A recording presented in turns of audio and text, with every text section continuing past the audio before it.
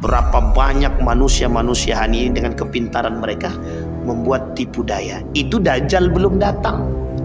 Manusia menyerupai Dajjal saja baru. Hanya lisan mereka, manusia yang menyerupai Dajjal bisa percaya. Gimana kalau Dajjal beneran yang datang? Kata Nabi dalam hadisnya itu, Dajjal itu di tangan kanannya itu surga, di tangan kirinya neraka.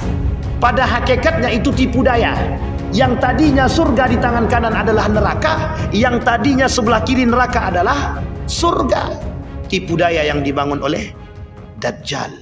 Baik Bapak Ibu sekalian yang berbahagia, di pertemuan kali ini kita menyelesaikan kajian kita yang waktu itu kita bahas tentang aliran sesat. Ada 10 kriteria dalam Majelis Ulama Indonesia. Penetapan Majelis Ulama Indonesia menetapkan 10 kriteria aliran sesat. Jadi 10 kriteria aliran sesat ini, jadi ke 10-10 ini, atau ada di antara salah satu yang 10 ini dalam salah satu kelompok, maka terindikasi dengan paham yang sesat. Karena begini, di dalam Al-Quran disampaikan oleh Allah kelak akan ada yang namanya sesat dan menyesatkan. Dalun yudil. Jadi ada satu gerakan yang sesat dan menyesatkan. Salah satu perbuatan yang saling menyesatkan dulu dikatakan oleh seorang ulama di dalam kitabnya Nihayatul Alam Syekh Al-Arifi, begitu juga Syekh Hasim Al-Ash'ari, bermunculan kelompok-kelompok yang aliran-aliran sesat dan lagi menyesatkan. Itu bukan disebabkan karena tidak mengerti, disebabkan oleh pemuka yang mengerti, disebabkan oleh pemuka yang sombong, disebabkan oleh pemuka agama yang condong keangkuhan, bukan karena tidak mengerti, tapi jalan mereka menuju kesesatan. Ada orang-orang yang mengajak kepada kesesatan. Kita ambil contoh kasus DII-TII misalkan. Ini kasus yang sangat-sangat harus kita waspadai dari dulu sampai sekarang. DII-TII. Kemudian ada aliran komunisme, PKI, sesat dan menyesatkan. Justru mereka anti agama. Kalau ada yang senang dengan PKI, berarti dia terindikasi PKI berarti. Kalau ada orang yang ingin meninggikan sistem komunisme atau aliran komunisme di negara manapun, maka terindikasi PKI atau terindikasi komunis. Salah satu teologi aliran komunis itu anti Tuhan. Jadi komunisme itu anti Tuhan. Mereka tak suka bertuhan. Jadi PKI itu anti Tuhan, anti Tuhan, anti Tuhan. Oh, tapi ada orang PKI itu sholat kamuflase. Kamuflase.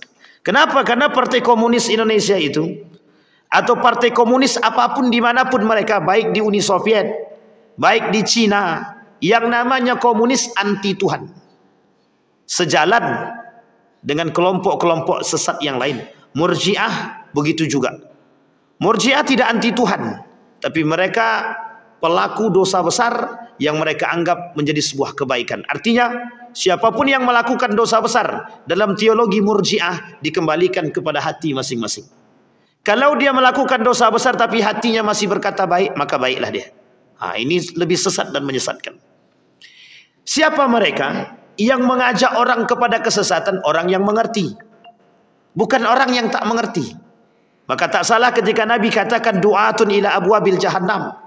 Kelak akan muncul pemuka-pemuka kelompok yang mengajak kepada kesesatan dan mengajak kepada neraka-neraka jahanam. Baik Bapak Ibu sekalian yang berbahagia, maka tak salah ketika Majelis Ulama Indonesia menetapkan 10 kriteria. Dan 10 kriteria itu sebenarnya sedikit. Harusnya banyak kriteria yang bisa dianggap menjadi aliran sesat. Tapi disepakati oleh ulama dari sekian banyak itu dibuatlah kriterianya ada 10. Kenapa? Karena saking banyaknya aliran sesat di Indonesia. Bahai muncul, sesat. Dulu disebut dengan Ahmadiyah, sesat. LDII, sesat. Dulu. Sekarang tak. Ada sebagian sudah diakui. Bahai diakui agama baru. Agama baru, tapi bukan Islam. LDII yang dulunya menyesatkan atau dianggap sesat, sekarang tak sesat. Karena siapapun masuk masjid dia sudah boleh, tak lagi dicuci kaki dia.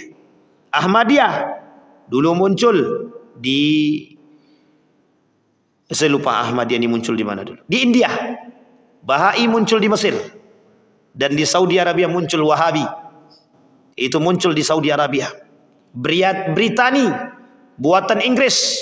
Ketiga kelompok ini memang besutan Inggris untuk memecah belah umat muslim ketika itu. Syekh Ramadan Al-Buti dalam ceramahnya mengatakan, ketiga kelompok-kelompok sesat ini sengaja dibentuk. Bukan yang membentuk, bukan orang tak mengerti, orang mengerti. Nabi palsu Musailamah Al-Kadzab pada masa baginda Nabi Muhammad sallallahu alaihi wasallam, 7 nabi palsu. Meninggal Nabi, naik Abu Bakar Siddiq, muncul 3 nabi palsu. Bukan tak mengerti, karena keangkuhan, merasa lebih hebat, merasa dapat wahyu, sehingga bermunculan. Nah, orang-orang hari ini ada yang menyerupai kelompok-kelompok yang tadi kita sampaikan. Orang-orang hari ini keangkuhan, kesombongan, merasa lebih pintar, mereka menganggap diri mereka sudah menjadi Tuhan. Atau ada yang menganggap diri mereka sudah mendapatkan wahyu, justru mengaku lebih menjadi nabi. Sehingga membangun satu kelompok-kelompok tertentu, dan mohon maaf, kelompok-kelompok tersebut menjadi sesat dan menyesatkan. Tahun 2020, tahun 2019, tahun 2018 di Indonesia banyak sekali bermunculan aliran-aliran sesat.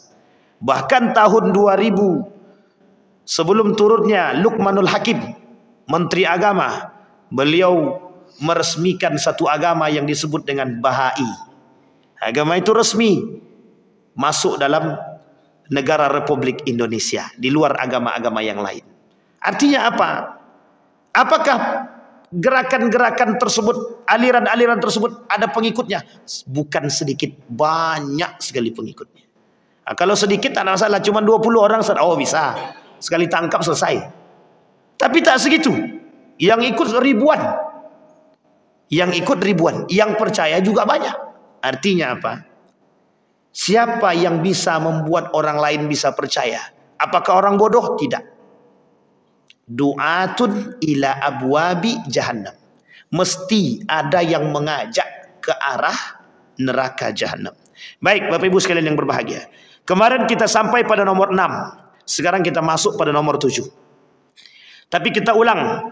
Pada nomor 6, dalam kriteria aliran sesat yang dibuat oleh Majelis Ulama Indonesia pada tahun 2007. Yang keenam, mengingkari kedudukan hadis Nabi sebagai sumber ajaran Islam. Tahun 2015 sudah saya sampaikan. Ketika saya masih di Yogyakarta, seorang khatib sedang berkhutbah Jumat. Dalam khutbahnya dia katakan, saya tak percaya dengan hadis Nabi. Pada hakikatnya ada keraguan. Ragu dengan hadis Nabi, hilang iman. Kalau kelompok ini bermunculan, maka disebut dengan kelompok ingkar sunnah. Kelompok yang tak suka dengan Nabi. Kelompok yang mengatakan bahwa Nabi Muhammad itu adalah manusia biasa. Jadi kalau dia berkata wajar, dia dusta. Artinya apa? Dia tak percaya kemukjizatan Nabi. Dia tak percaya dengan Nabi. Dia tak percaya kalau Nabi itu maksum. Sehingga kelompok-kelompok Syiah itu, dengan keberadaan baginda Nabi Muhammad SAW, ada yang lebih maksum dari Nabi, yang disebut dengan Imam 12. Al-Imam 12, Ithna Ashri. Jadi berapa imam mereka? 12, lebih maksum daripada baginda Nabi Muhammad SAW. Sampai-sampai ada seorang ustadz mengatakan Syiah itu tidak Islam. Betul, karena ada sebagian Syiah itu yang tidak mau mengakui diri mereka Islam. Kami tidak Islam tapi kami Syiah. Di Jakarta pada tahun 2014 deklarasi di Jakarta, kalau saya tak salah 2014. Mereka deklarasi di Jakarta. Apa deklarasi? Mereka katakan kami Syiah, bukan Islam. Oh, itu bukan sesat lagi. Sangat menyesatkan. Sangat menyesatkan. Tapi Bapak Ibu, lihat pengikutnya berapa banyak. Gelora Bung Karno penuh. Gelora Bung Karno penuh. Pertanyaannya sederhana. Semakin berkembangnya aliran pesat di Indonesia, berarti kedekatan kiamat itu semakin dekat. Semakin bermunculannya aliran-aliran sesat di muka bumi ini, bertanda semakin jauhnya nilai-nilai agama. Semakin jauh umat muslim dari agama. Apa masalah mereka kok bisa masuk dalam kesesatan? Ada penyebab? Ada. Lemahnya ilmu, lemahnya iman, lemahnya akidah. Tak salah, tak salah. Kristen Ortodoks Syria, Syiah Ortodoks, sudah berbau ortodoks semua. Kristen Ortodoks Syria pakai jilbab. Al-Quran, kitab mereka, mohon maaf, Injil mereka sudah berbahasa Arab. Gerak solat mereka hampir sama dengan gerak solatnya umat muslim. Bayangkan kalau kita tak punya ilmu. Bayangkan kalau kita tak punya iman. Bayangkan kalau kita tak punya akidah. Bergeser akidah kita. Sedangkan yang sesama muslim bisa saling menyesatkan. Apalagi, mohon maaf, mereka-mereka yang menyerupai. Ini yang masalah kita hari ini, Bapak. Mengingkari kedudukan hadis Nabi Muhammad SAW. Hari ini mungkin tak banyak. Yang mengingkari hadis Nabi mungkin tak banyak. Tapi yang mengingkari sunnah Nabi banyak. Mereka tak mengingkari hadis Nabi, tapi mereka mengingkari sunnah Nabi. Maka kelak bermunculan aliran-aliran sesat, tapi nyata. Sesatnya bukan menyesatkan secara akidah, tapi menyesatkan secara akhlak. Siapa mereka? Mereka yang tak menjalankan sunnah-sunnah Nabi. Yang tadinya mereka tak jalankan, karena mereka tak mau menjalankan. Tapi kelak bukan lagi tak menjalankan, mereka mengingkari sunnah-sunnah tersebut. Makan dengan tangan kanan sunnah. Kelak makan tak lagi dengan tangan kanan. Dengan tangan apapun boleh. Tidur menghadap kanan sunnah. Kelak orang tidur biasa-biasa saja. Hari ini orang menganggap tidur sebelah kanan. Yang penting kami tidur menghadap kanan, kayak kiri, kayak telentang, kayak atau apapun. Hari ini mereka biasa. Tapi kelak mereka akan mengingkari itu bukan sunnah Nabi. Kenapa demikian? Karena semakin dekatnya hari menjelang datangnya kiamat, semua gaya-gaya pemikiran-pemikiran umat muslim terkhusus jauh dari nilai-nilai agama yang sesungguhnya. Yang ketujuh, menghina, melecehkan atau merendahkan para nabi dan rasul. Ada yang merendahkan nabi, ada yang merendahkan rasul, ada. Dulu bermunculan kelompok-kelompok tertentu di Saudi Arabia yang memang tak percaya dengan nabi. Hari ini di Indonesia ada yang mengatakan Nabi Muhammad, andai kata Plato hidup sezaman dengan Muhammad, maka Plato dan Aristoteles lebih berhak jadi nabi daripada Nabi Muhammad. Itu bukan merendahkan, bukan, tapi melecehkan. Lebih parah daripada itu. Menghina, iya.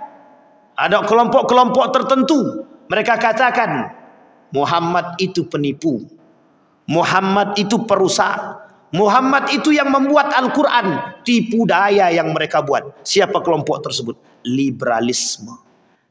Apakah ada mereka hari ini? Ada. Di mana mereka? Di kalangan kita. Di mana mereka? Di dalam pemerintahan. Di mana mereka? Di tempat-tempat tertentu. Orang-orang yang suka meninggikan agama dan menjauhkan nilai-nilai dari kehidupan, merekalah kelompok-kelompok yang disebut dengan liberalisme, sekulerisme, pluralisme, orang-orang yang tak suka dengan ajaran baginda Nabi Muhammad sallallahu alaihi wasallam. Oh, berarti kemarin begitu Pak Ustaz? Iya, yang tak suka dengan jilbab, oh itu sesat. Yang tak mengatakan jilbab itu wajib, sesat. Yang mengatakan bahwa jilbab itu tidak wajib, sesat. Yang mengatakan zakat tidak wajib, sesat. Yang mengatakan solat tidak wajib, sesat. Yang mengatakan solat 5 waktu tidak ada dalilnya, sesat. Tapi punya pengikut? Ada. Coba bayangkan. Orang-orang seperti itu punya pengikut. Bahkan pengikut mereka banyak. Bapak Ibu sekalian yang berbahagia.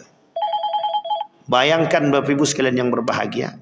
Berapa banyak manusia-manusia hari ini dengan kepintaran mereka membuat tipu daya. Itu Dajjal belum datang. Manusia menyerupai Dajjal saja baru. Hanya lisan mereka, manusia yang menyerupai Dajjal bisa percaya. Gimana kalau Dajjal benaran yang datang? Kata Nabi dalam hadisnya itu, Dajjal itu di tangan kanannya itu surga, di tangan kirinya neraka. Pada hakikatnya itu tipu daya. Yang tadinya surga di tangan kanan adalah neraka, yang tadinya sebelah kiri neraka adalah surga. Tipu daya yang dibangun oleh Dajjal.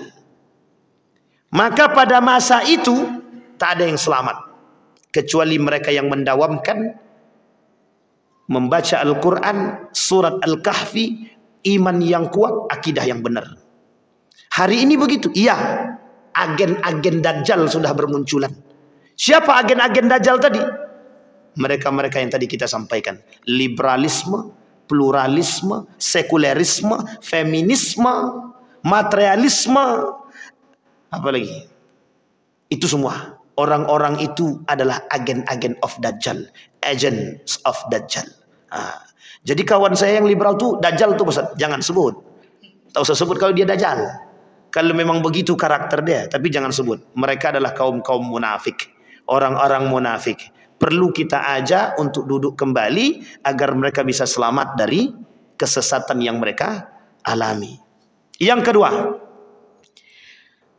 yang ketujuh sudah, yang kedelapan, mengingkari Nabi Muhammad SAW sebagai Nabi dan Rasul terakhir. Sudah kita sampaikan, salah satunya bermunculan Nabi-Nabi palsu. Dulu heboh di Indonesia, Nabi-Nabi palsu bermunculan. Ternyata awak kira Nabi saja yang muncul, rupanya yang mengaku Tuhan pun muncul. Kenapa kok yang ngaku iblis tak muncul gitu? Yang ngaku setan gitu, tak ada. Bahkan mohon maaf Bapak Ibu, mohon maaf. Ada kelompok-kelompok yang menyanyi-nyanyi lah itu dengan nama-namanya yang tak benar. Apa namanya itu? Yang wajahnya menyeramkan itu. Tapi satu kelompok penyanyi. Astagfirullahaladzim. Apa namanya? Apa Bu? Apa? Bukan Lady Gaga. Lady Gaga itu yang menyerupai Nabi. Ada lagi. Ada baru-baru ini dia itu. Oh, kayak hantu lah orangnya. Nah, kalau Halloween itu sama itu. Bukan kuburan penyanyi kuburan itu siapa? Itulah pokoknya. Coba tengok Bapak Ibu. Kenapa orang hari ini kok pede gitu? Mereka bangga dengan aliran-aliran yang menyesatkan begitu. Ya karena itu tadi.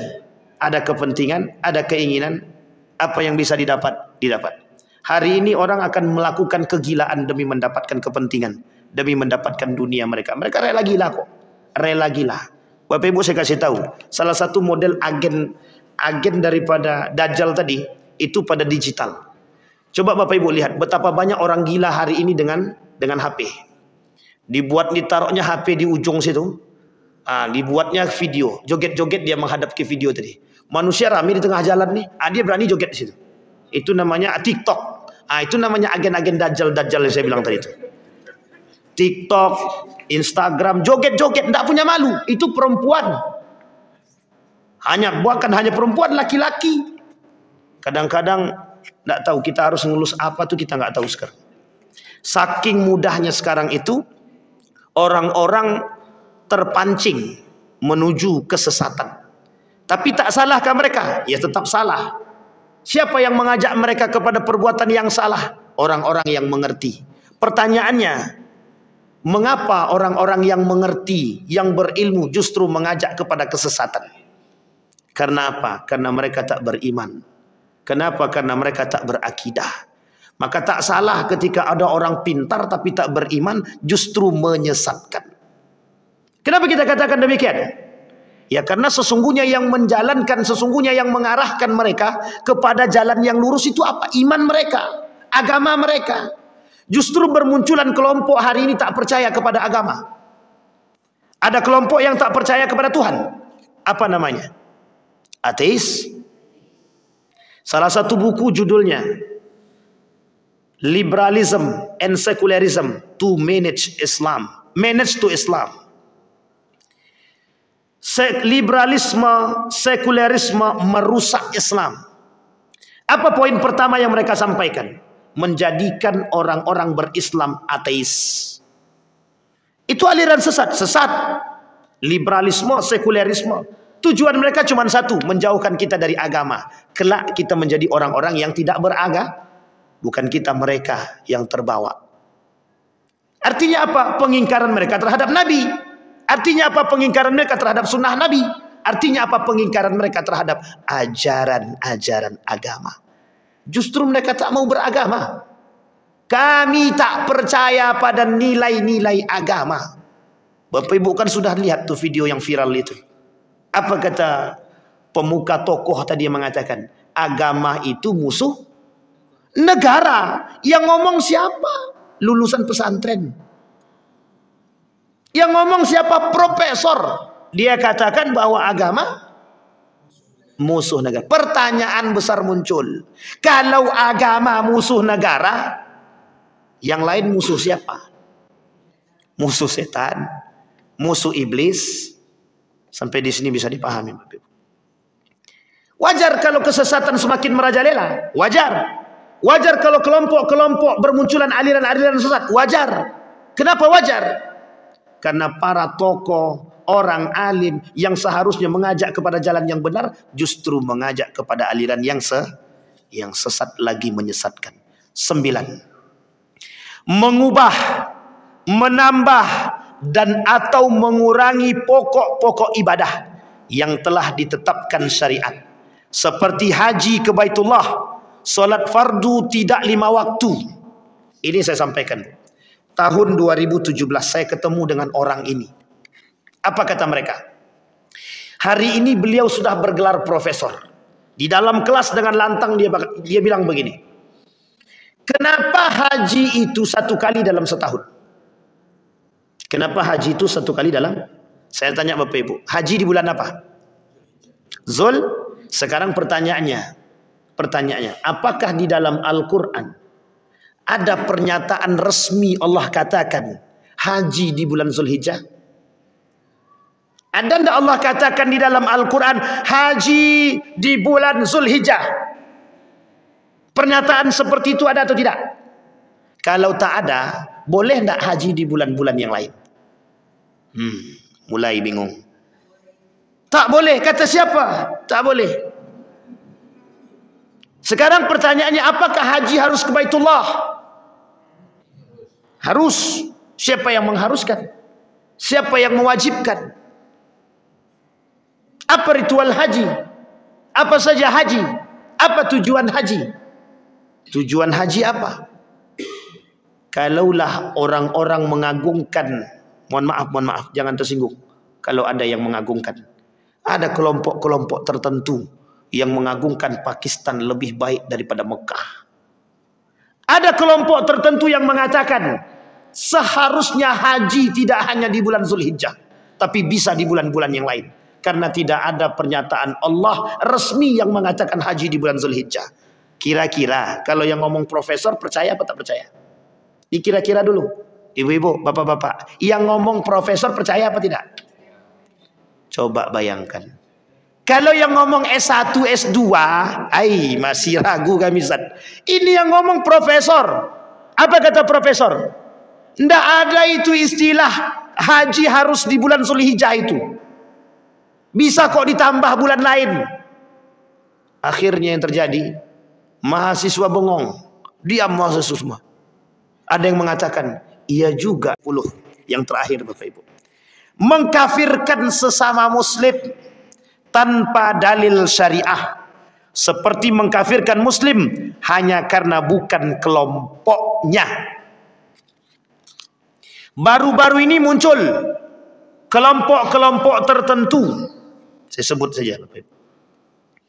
Ada salah seorang dai mengaku pengikut sunnah tapi mengkafirkan sesama muslim. Itu man kafara fahuwa kafir. Seorang muslim yang sudah bersyahadat dikafirkan oleh muslim, maka muslim yang mengkafir itu secara tidak langsung dia sudah kafir. Itu terjadi baru-baru ini. Kasus Ustadz Adi Hidayat, 2 kali dikafirkan orang. 1 kali beberapa hari yang lalu, beberapa bulan yang lalu. Yang kedua ketika beliau ngisi di Universitas Muhammadiyah Riau. dikafirkan orang.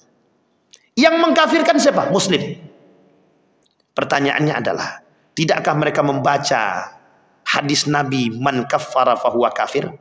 Tidakkah mereka mengetahui maksud konteks itu? Kata mereka, berhak bagi seorang muslim mengkafirkan muslim yang lain yang sudah terindikasi kesesatannya, kata dia. Kita pula yang terjerumus dalam kekafiran. Jangan ikut-ikutan. Cari tahu kebenaran itu. Kalau valid pun berita tersebut, ada untungnya bagi Anda untuk mengatakan mereka kafir? Tak ada. Tak ada untungnya. Sampai di sini bisa dipahami Bapak Ibu. Hari ini Bapak Ibu, kondisi itu nampak. Kenapa? Perbedaan pendapat bisa sampai pada takfiri. Terjadi kok Ustaz pada masa dahulu, betul. Terjadi pada masa dahulu, tapi dikecam oleh para ulama. Ulama yang mengancam. Karena merujuk kepada hadis Nabi. Karena merujuk kepada pemahaman agama. Karena merujuk kepada ayat Al-Quran. Hari ini dengan mudah lisan mereka mengatakan, kalau kau ibadah bentuk ini, masuk neraka kau nih. Mudah kita mengatakan orang masuk dalam neraka. Padahal kita belum tentu kebenaran apakah kita masuk surga atau neraka. Satu ketika Abu Nawas sedang keliling kota. Sering sekali mendengarkan kalimat orang-orang yang mengatakan masuk neraka, masuk neraka. Kau ni makal masuk neraka, kau ni masuk neraka, masuk neraka. Apa kata Abu Nawas? Mulai besok diambilnya lampu strongking. Keliling daerah. Ketika itu yang menjadi khalifah adalah Harun Ar-Rasyid. Berjalan dia siang dan malam, dibawanya lampu. Tujuan cuma mencari neraka. Apa kata orang-orang ketika bertanya, Abu Nawas, apa yang kau lakukan? Aku sedang mencari neraka. Sampai orang-orang kata kepada Abu Nawas, kau gila. Abu Nawas dilawan. Akhirnya apa yang terjadi? 3 hari kemudian Abu Nawas diadukan kepada Harun Ar-Rasyid. Dipanggil oleh Khalifah Harun Ar-Rasyid. Betulkah kau mencari neraka? Betul. Apakah kau sudah gila? Tidak. Kemudian Abu Nawas menjawab. Ketika ditanya oleh Harun Ar-Rasyid, apa yang membuat engkau mencari neraka? Jawaban Abu Nawas sederhana. Hari ini aku sering mendengar orang-orang saling mengklaim si A, si B masuk neraka dengan perbuatan mereka. Makanya aku cari nerakanya di mana. Kok sampai mereka sudah tahu nama si Anu sudah masuk neraka? Apa yang dilakukan oleh Harun Ar-Rasyid? Tertawa terbahak-bahak Harun Ar-Rasyid. Kemudian Harun Ar-Rasyid menyampaikan, betul yang dikatakan Abu Nawas. Tak ada yang tahu siapa yang bakal menjadi penghuni neraka ataupun surga. Bisa jadi orang yang melakukan kesesatan bertobat kepada Allah, Allah terima tobatnya, Allah masukkan ke dalam surga. Bisa jadi, mohon maaf, orang-orang yang hari ini taat beribadah, Allah balikkan hati mereka. Na'udzubillah, summa na'udzubillah. Ya muqallibal qulub, tsabbit qulubana ala dinika wa ta'atik. Sangat tidak mungkin. Sangat mungkin sekali bagi Allah. Artinya apa? Disitulah kemudian Nabi mengatakan, tidak boleh bagi seorang muslim mencela muslim yang lain. Sibabul muslimin fusuq wa qitaluhu kufrun. Mengejek muslim saja kita tak boleh. Apalagi kita harus mengkafirkan. Lebih daripada itu. Bahkan kalau kita membunuh dianggap kafir. Bagaimana kalau kita mengkafirkan sesama muslim? Maka tak salah pernyataan tersebut. Man kaffara fahuwa kafir. Maka ulama mengatakan, Syekh Ramadan Al-Buti, Syekh Nuruddin Itar, Syekh Yusuf Al-Qardawi mengancam tidak layak dan tidak boleh bagi seorang muslim mengatakan kafir kepada muslim yang lain. Pada hakikatnya mereka bersaudara. Uniknya lagi, mohon maaf, uniknya sesama kafir, sesama muslim dikafirkan. Sesama non muslim, Yahudi, Nasrani bergandeng Nah, itu yang paling berbahaya itu begitu. Dengan muslim saling mencela, dengan kafir saling bergandeng itulah yang kita temukan hari ini. Bapak Ibu sekalian yang berbahagia, kembali kepada poin tadi, ada 10. 10 poin ini kata Majelis Ulama Indonesia. Jika mereka, siapapun di antara kita yang menemukan kelompok-kelompok tertentu dan mereka melakukan ritual-ritual seperti yang dilakukan, yang dikatakan oleh Majelis Ulama dalam kriteria tadi, maka harus kita ajukan kepada Majelis Ulama Indonesia. Tapi saya hari ini masih penasaran Bapak Ibu, kenapa di Syiah itu masih ada kelompok Syiah dan terjaga? Itu yang saya tak tahu sampai hari ini Bapak Ibu. Iya, tenang. Ayo Ibu nanti di daerah apa namanya, saya lupa, bunga-bunga apa namanya? Bunga Raya.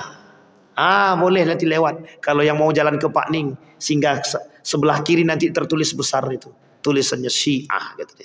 Saya bilang geleng kepala saya, ini kemana pemerintahnya gitu. Kemudian di daerah masih di Kabupaten Syiah ada satu kelompok.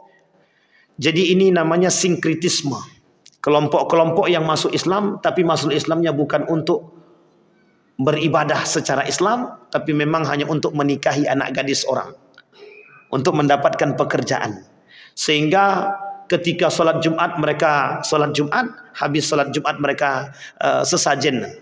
Itu masih ada kelompok-kelompok demikian, masih banyak. Mohon maaf yang dari Syiah itu masih ada, karena saya barusan melakukan penelitian itu belum lama, mungkin sekitar setahun yang lalu, di salah satu daerah yang kita sebut dengan Tanjung Pal. Itu masih Kabupaten Syiah. Di Bengkalis ditemukan baru-baru ini kelompok majelis ilmu yang boleh menyentuh perempuan, laki-lakinya boleh menyentuh perempuan. Itu di Bengkalis, terindikasi aliran sesat. Di Pelalawan tahun 2019 DII TII dibasmi oleh Polda, diusir oleh Polres, disikat oleh Polsek, habis. Tapi kita tidak tahu apakah betul habis semuanya, kita tidak tahu. Ternyata di mana base camp mereka, ada di Kampar. Bayangkan Bapak Ibu, itu Riau. Orang-orang yang mengkafirkan dan menyesatkan itu di mana? Kampar. Muhammadiyah, apa namanya itu? Firqah Dhalah gitu deh. Nahdlatul Ulama, Firqah Dhalah gitu deh. Siapa mereka yang menyesatkan kelompok-kelompok tertentu? Muslimkah mereka? Muslim. Apa dalil mereka? Apa alasan mereka menyesatkan kelompok-kelompok yang lain tanpa mau mengambil intisari dari ibadah yang dilakukan oleh kelompok-kelompok tertentu? Satu saja, karena menganggap diri paling benar, angkuh, sombong, dan merasa paling jumawa dan merasa paling soleh. Allah tunjukkan kehebatan mereka di hadapan manusia. Apa yang terjadi? Lisannya berucap tanpa sadar. Akhirnya apa? Mereka datang meminta maaf. Itu kesesatan, sesat. Terlanjur menyesatkan orang. Dengan jumawanya mereka katakan aliran-aliran tertentu sesat dan menyesatkan. Bapak Ibu sekalian yang berbahagia, dari poin yang 10 tadi Bapak Ibu, apa yang harus kita lakukan hari ini? Yang harus kita lakukan hari ini yang pertama, pelajari agama sebaik mungkin. Satu, karena hukum mempelajari ilmu agama wajib ain, bukan fardu kifayah, bukan sunnah muakkadah, apalagi sunnah. Hukum mempelajari ilmu agama wajib ala kulli fardin, setiap manusia di antara kita. Yang kedua, perkuat akidah. Karena orang yang lemah akidah yang bisa disesatkan. Yang ketiga, perkuat iman. Yang keempat, kembali kepada Al-Quran. Yang kelima, kembali kepada kalam Nabi, kembali kepada hadis Nabi. Yang keenam, kembali kepada pemahaman salafus saleh, ulama-ulama kita yang baik dan benar, insya Allah. Apa yang harus kita lakukan kembali? Jaga generasi. Kenapa kok generasi yang harus kita jaga? Mungkin Bapak Ibu bisa selamat, tapi kita tidak tahu pergaulan generasi-generasi kita. Akankah baik ataukah sesat? Baru-baru ini saya punya teman, seorang teman yang tinggal di Iran. Apa dia kata? Kalau tidak Syiah, tidak yes. Itu alumni pesantren. Apa kata beliau? Kalau tidak Syiah, tidak yes. Maksudnya paham Bapak Ibu?